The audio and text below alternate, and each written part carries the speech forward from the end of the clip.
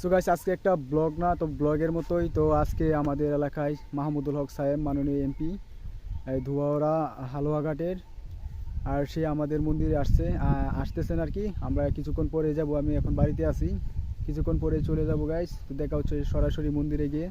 তো সেই মন্দিরে আসলে সেখানে হয়তো কোনো অনুদান দেওয়ার জন্য হয়তো আসছে অথবা পরিদর্শনের জন্য আসছে গাইস, যেটাই হোক গেলে দেখতে পারবেন।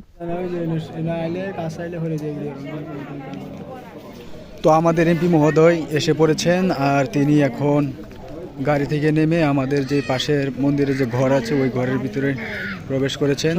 কোনো বক্তব্য থাকলে কও, বক্তব্য একটা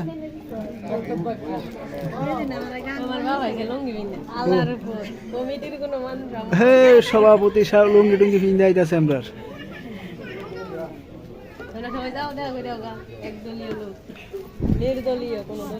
নির্দলীয় নিরপেক্ষ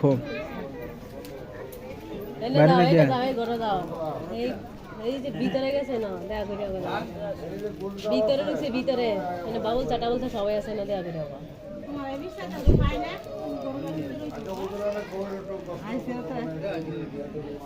যাও যাও যাও প্রদীপ কাকা তুমি যাও, চান করলে যাও। বাবা ঘুমাইছে আর ভাই টায়ার ডার।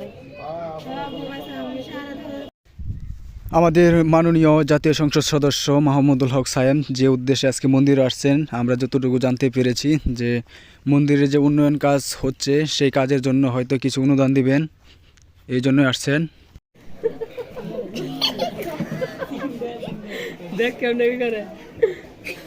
তো আর আমাদের এই যে মানিক মিয়া তো ফ্রি পায়া হেরা ধুম খাওয়া শুরু করে দিছে।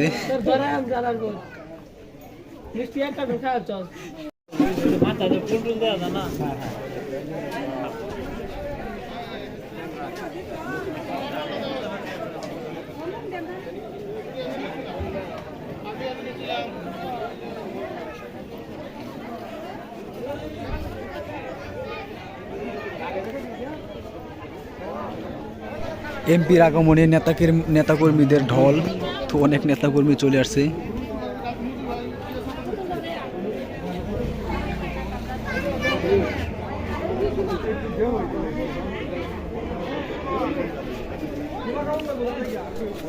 তো ঘর থেকে বের হইলে হয়তো তারে ভালোভাবে দেখাতে পারবো তার ফেসটা, এমনি তো দূর থেকে তেমন ক্লিয়ার আসতেছে না আমার ক্যামেরায়।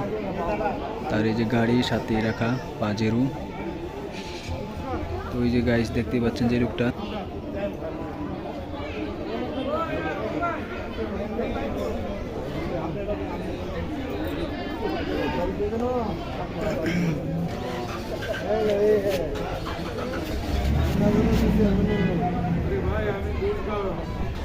আমাদের এমপি খুবই হৃদয়বান এবং সাদামাটা মনের মানুষ, কোনো হিংসা বিদ্বেষ করেন না, সকলের সাথেই মিশেন।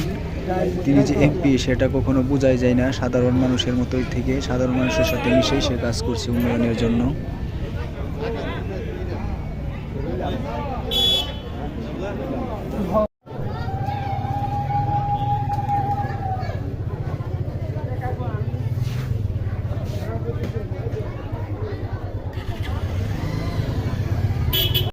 জীবন শুরু কর খেলা শুরু করে দে। আমি বলিস আমার দিন কালা কালা দেওয়া যায় বলতে লাগি তোদের দেখুন দিত না খাই লই খিচুড়ি প্রসাদ মন্দিরের প্রসাদ তো বসাতি নাকি সঞ্জন তুমি সাইড টাইট করছো না নাকি অনেকটা সেই খাওয়া হয়েছে আমি এমপি কি দিয়ে গেল আজকাল